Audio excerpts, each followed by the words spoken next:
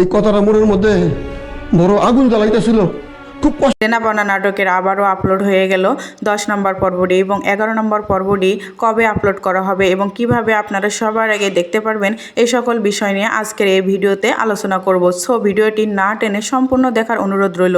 সম্পূর্ণ দেখলে বুঝতে পারবেন আজকের এই ভিডিওটা কতটা গুরুত্বপূর্ণ। আজকের এই ভিডিও দেখলে আপনাদের দেনাপাওনা নাটকের 11 নম্বর পর্বটি দেখতেই হবে না, তাহলে বুঝতেই পারছেন ভিডিওটা কতটা গুরুত্বপূর্ণ আপনাদের কাছে। সো ভিউয়ার্স, আজকের দেনাপাওনা নাটকের 10 নম্বর পর্বটি আপলোড করা হয়েছে এবং 11 নম্বর পর্বটি খুব শীঘ্রই আপলোড করা হবে। সো ভিউয়ার্স, যারা যারা এখনও দেনাপাওনা নাটকের 10 নম্বর পর্বটি দেখেননি তারা অবশ্যই সিনেমাওয়ালা এন্টারটেনমেন্টে ইউটিউব চ্যানেলে দেনাপাওনা নাটকের 10 নম্বর পর্বটি দেখে নিন এবং 11 নম্বর পর্বটিতে কী কী ধামাকা ঘটতে চলেছে তা নিয়ে কথা বলবো।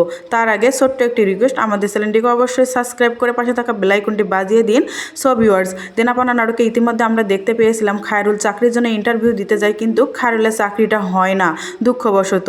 সো ভিউয়ার্স, খায়রুলের বাবা অনেকটাই ভেঙে পড়েছে, ভেবেছিল খায়রুলের চাকরিটা হয়েই যাবে।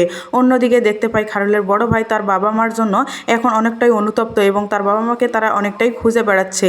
আবার অন্যদিকে খায়রুলের বড় ভাইয়ের শালিও খায়রুলের পরিবারকে খুঁজতেছে এবং সেও চাইতেছে খায়রুলের বাবা মাকে খুঁজে পেতে। এদিকে খায়রুলের বড় ভাইয়ের বউ কোনোভাবেই সে অনুতপ্ত না, সে কোনোভাবেই চায় না খায়রুলের বাবা মা তাদের কাছে ফিরে আসুক। সো ভিউয়ার্স, কী হতে যাচ্ছে, খায়রুলের বড় ভাই কি পারবে তার বাবা মাকে ফিরিয়ে আনতে?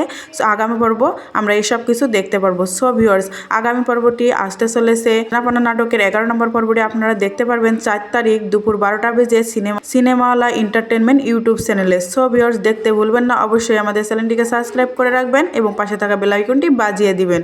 সো ভিউয়ার্স, আজকের মতো এই পর্যন্ত। আপনারা সবাই ভালো থাকবেন, সুস্থ থাকবেন, সেই সাথে আমাদের সাথেই থাকবেন পরবর্তী ভিডিও দেখার জন্য। আল্লাহ হাফেজ।